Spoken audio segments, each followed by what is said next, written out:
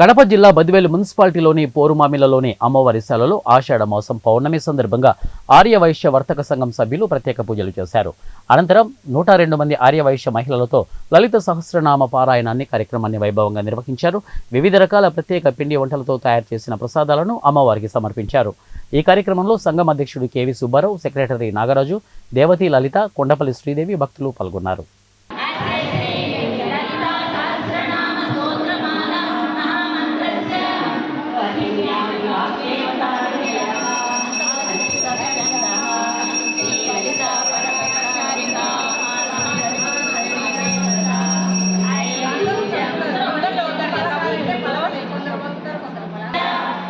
Yeah.